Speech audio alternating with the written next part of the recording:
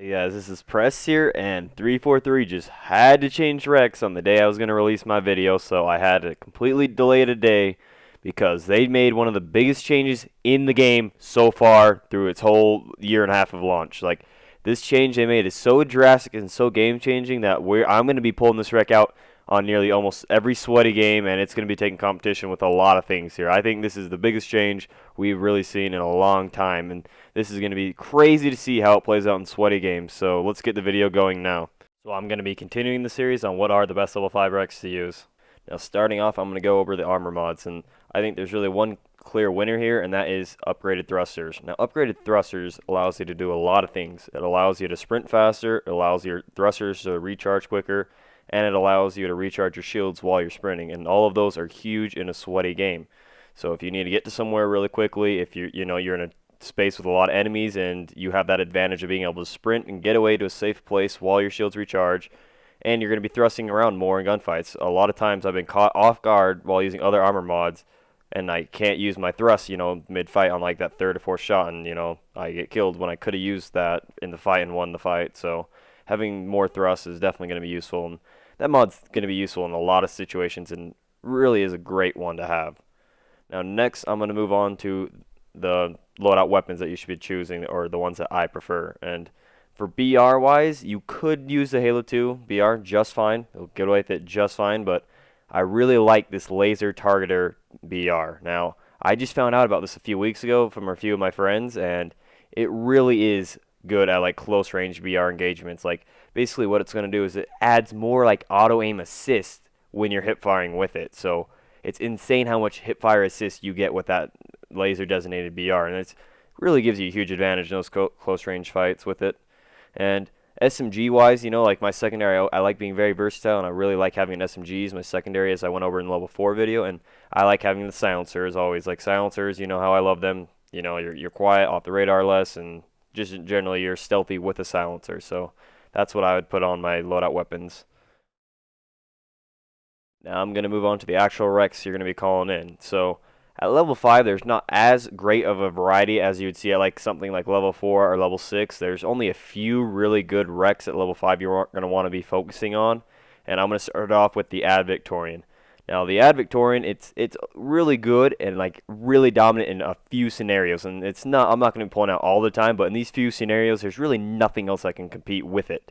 So it's going to be really good at any fortress, armory, or base push. Like this thing is going to devastate anyone in its proximity, anyone in a close range. Like there's going to be multiple targets holding a base. This is going to destroy anyone in those type of scenarios.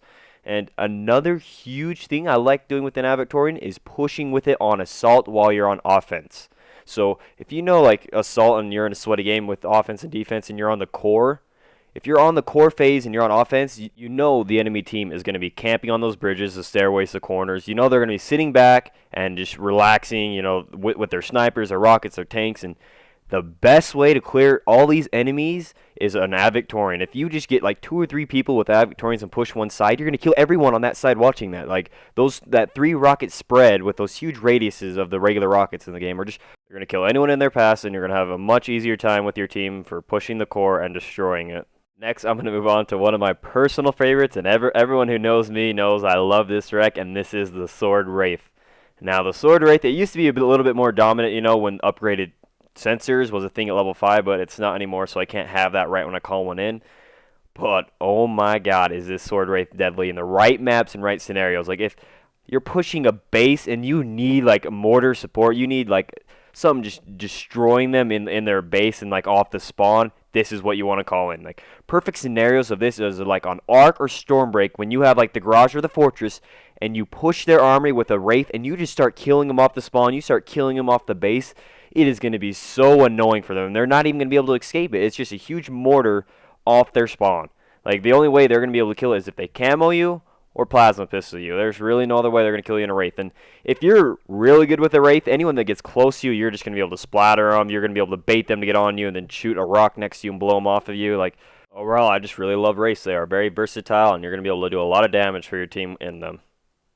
Now I'm going to move on to a weapon a lot of people love, and that is the ARCLIGHT. The ARCLIGHT is a more powerful version of the Whiplash It's going to do more damage on vehicles. You're going to be able to hold the charge indefinitely. Like, you're always going to be able to hold the charge, which that is very useful in a lot of scenarios, especially when you're wanting to kill a Banshee and have it line up right in your sights. And this thing's going to be great for killing Banshees, great for killing Phaetons, great for killing vehicles, and it's also going to be great for killing enemies. And it also has a huge, like, blast radius if you shoot at their feet. So that's something I really love about the ARCLIGHT. And to sum it up, it's going to be doing a lot of damage if it's in the right hands on someone on your team and they're taking down vehicles and people. It's just going to be a great wreck to have.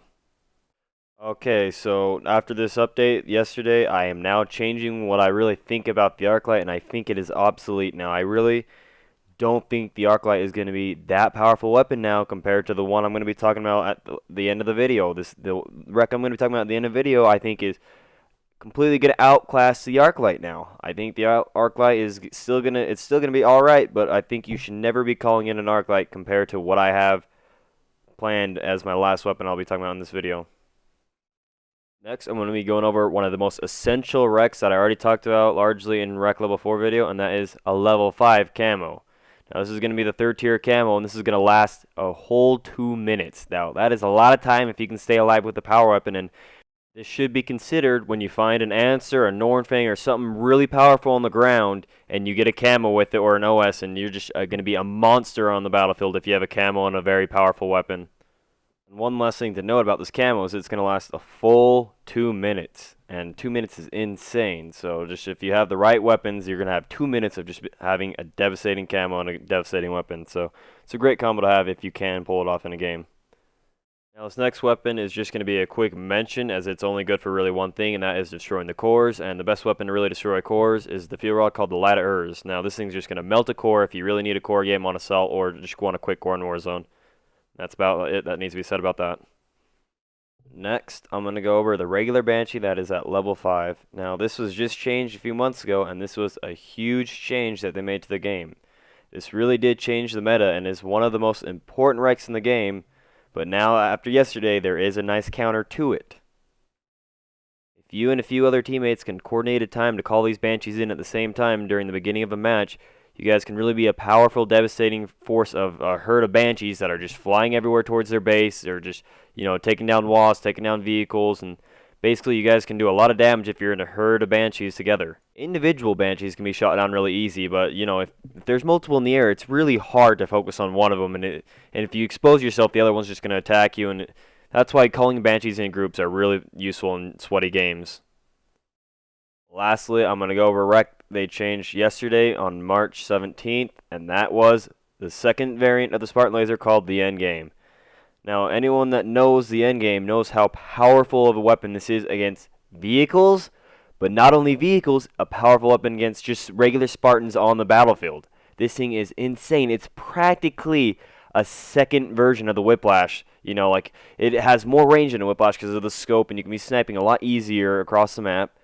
It has such a fast recharge time, as we saw in Azoli's video. It's only like 0.8 seconds to fully charge it and get shot out. And it really is a devastating weapon against just Spartans on the ground. And I really do think this could be seen as the second Whiplash to be used in a game, because not only is it going to be doing damage against Spartans, but you can take out those Banshees, those Wraiths, just any vehicles, or even bosses on the game. Like, this thing is going to do a lot of damage.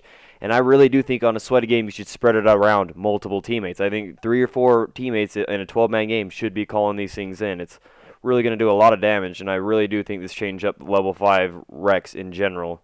So I really hope you guys enjoyed this video. Remember to use all these wrecks in good combinations, and I will be seeing you next week on the best level 6 wrecks to be using.